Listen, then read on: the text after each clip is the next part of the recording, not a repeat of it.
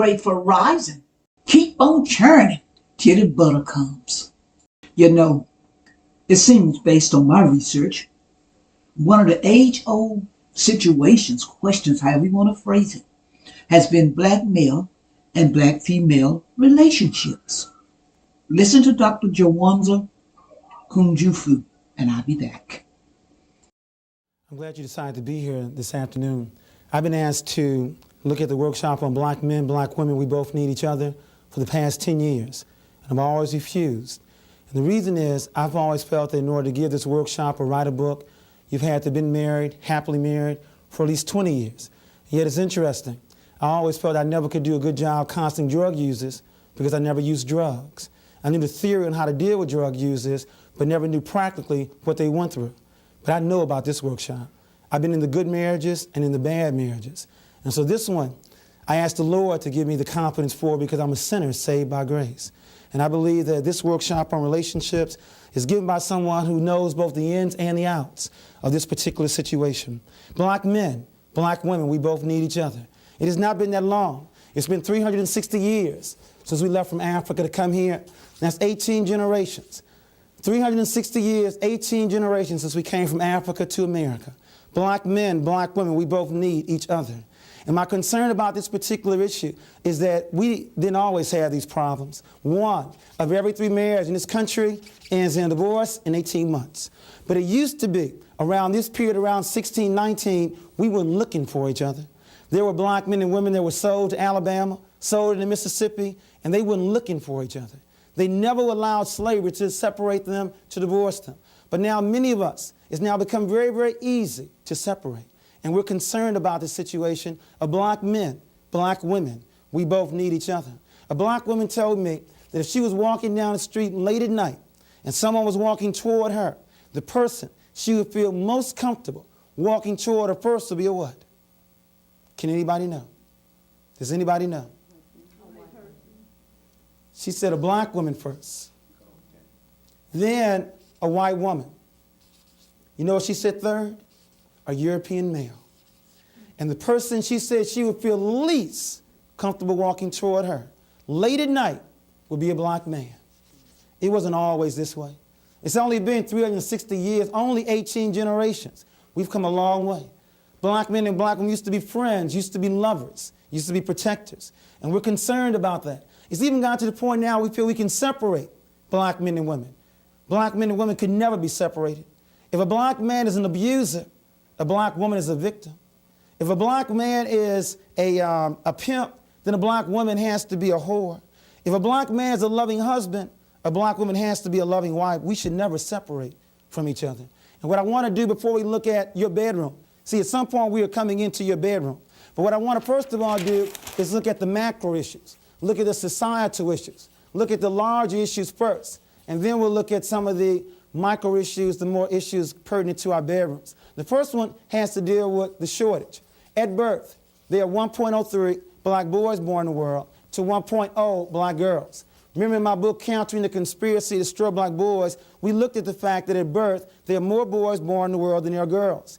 18 years later, it is now 1.0 available black men to 1.8 available black women. What I'm getting at is you can't even look at the quality of the relationship if the quantity, the number of men, simply not available. Now, can anyone share with us, what do you think is the impact on relationships with a male shortage? Remember at birth, more boys than girls. 18 years later, almost 2 black women for every 1 black man. What's the impact of having more women to men on relationships?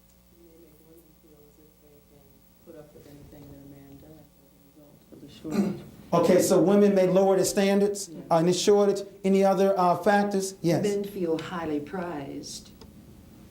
Okay, so men feel highly prized. What does that do to men?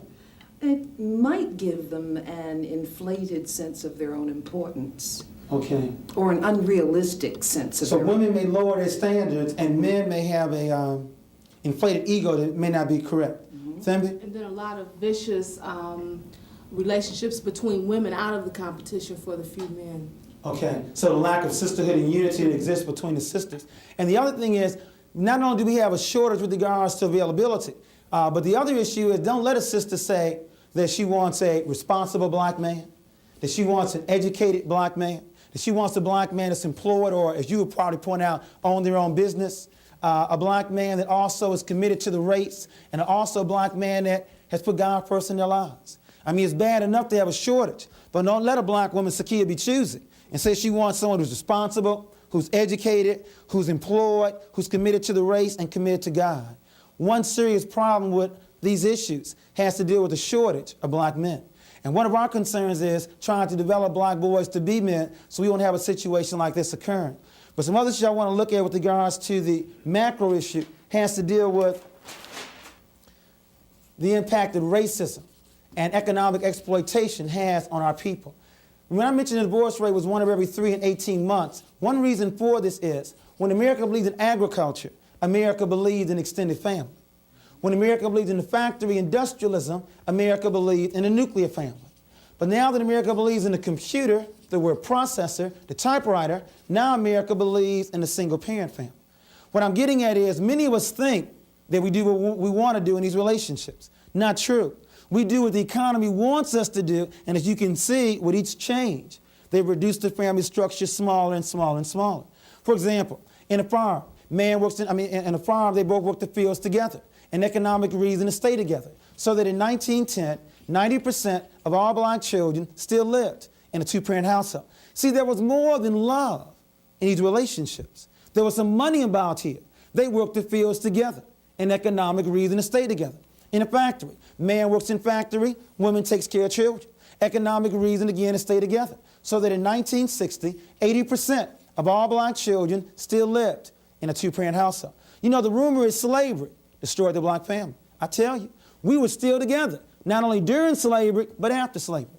The Depression, 30 years after 1929, 80% of all black children still lived in a two-parent household. But now we have the computer, the word processor, the typewriter. And now you have women working just as much as men. And now you hear women telling men, I don't need you. Got my own job. Do what I want to do when I want to do it. And now we're down to 38%. Make sure you see the analysis. When the economy changed, the family structure changed.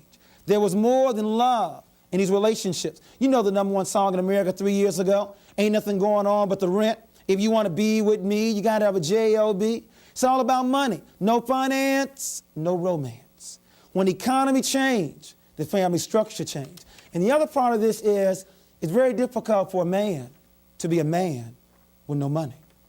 There's a stat that says that there's a 55% reduction of black men getting married when they make less than $5,000. The brothers know, I can't marry this sister, I don't have any money. There's a direct relationship or an inverse relationship between as the money declines, where it really is direct, as the money declines, the weddings decline. So one serious problem is many men don't feel they're a man with no money. And I want to give you a little example of two brothers, and they both work at GM, and they both make $18 an hour. And all they know how to do is put widget 186 on top of widget 185. But they get paid good money. They get paid $18 an hour. Now remember what I said. Some men base their manhood on money. No money, no manhood. To be even clear, for every 1% increase in male unemployment, there's a 4.3% increase in wife abuse. I want you to understand the impact that racism and the impact that economics has on relationships. Many men don't even want to get married if they make less than $5,000. Now, we have two men both working at GM, and all they know how to do is put widget 186 on top of widget 185. But they get paid good money, $18 an hour. They both get laid off. Now, the first brother begins to abuse his wife more, begins to drink more, begins to smoke more, begins to do all these negative things. But the second brother goes back to school, learns a new skill, begins to read the Bible more, begins to read the Quran more, begins to read more black history books. In a scenario, the first brother is now doing 20 years' time, divorced from his family, and lost his children. The second brother now has a closer relationship with God, knows more black history, closer to his children, and because he couldn't make a job or find a job, he made his own job. I've often wondered why some brothers sell drugs and other brothers sell peanuts. You make more money selling drugs. But the second brother, who had strong self-esteem, was able to weather the storm.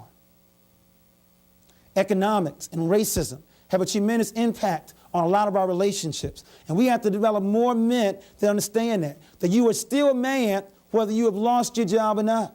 Your ability to stay with your children may be a better definition of manhood. Because if this is the definition of man, how much money you make, right now we have a 25 to 40% black male unemployment rate.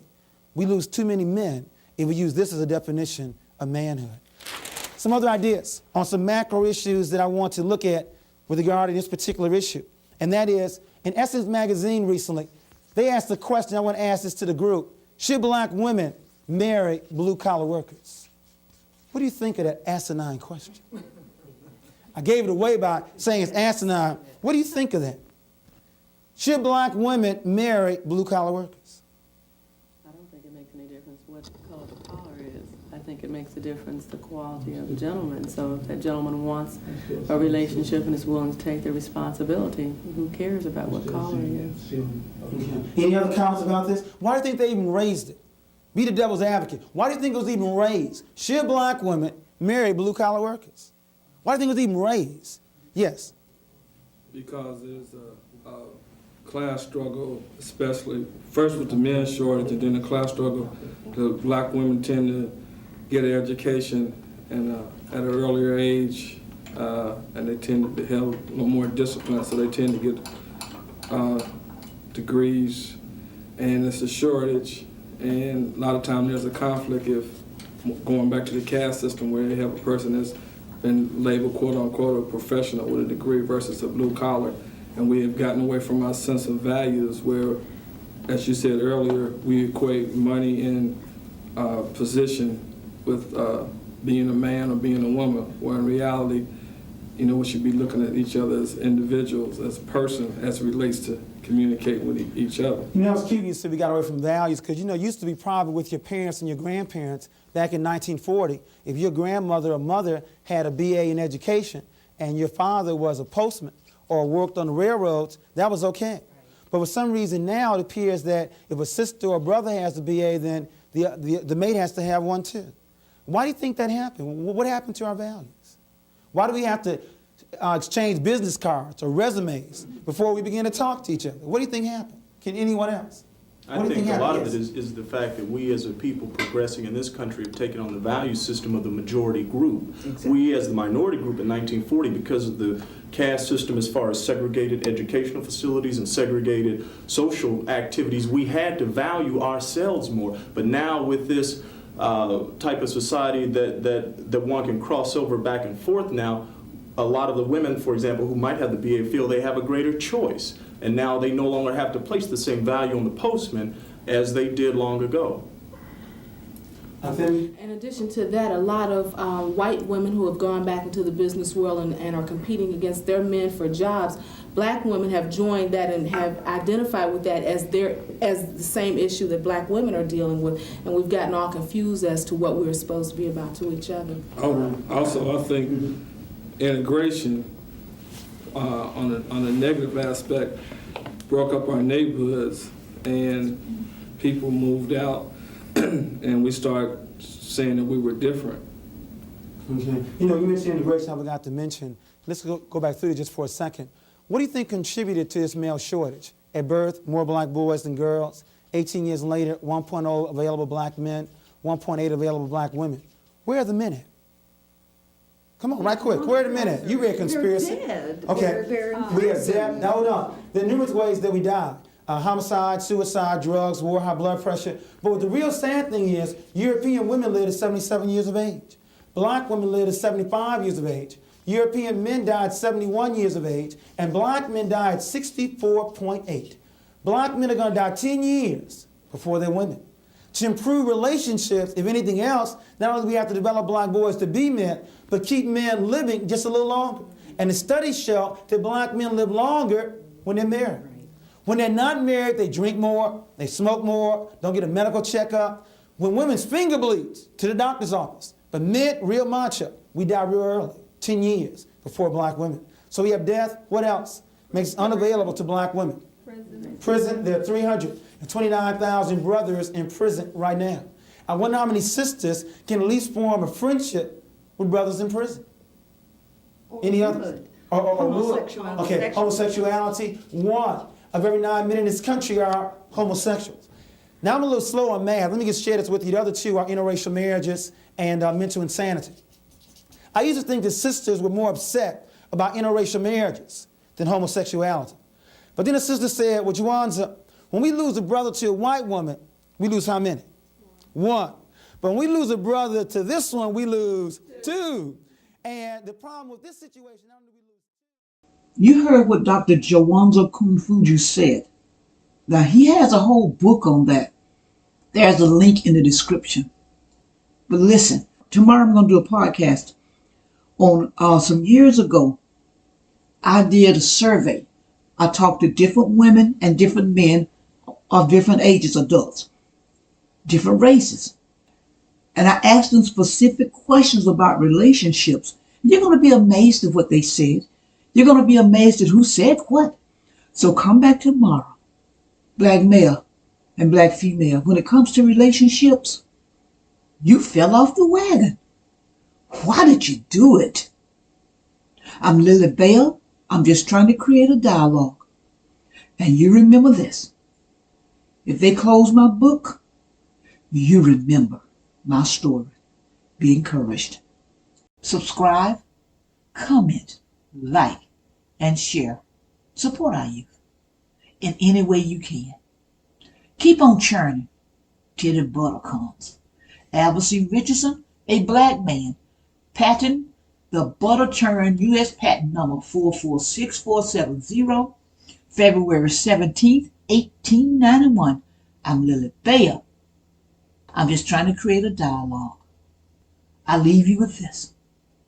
If they close my book, you remember my story. A Nat Turner Runner production. Lock and load.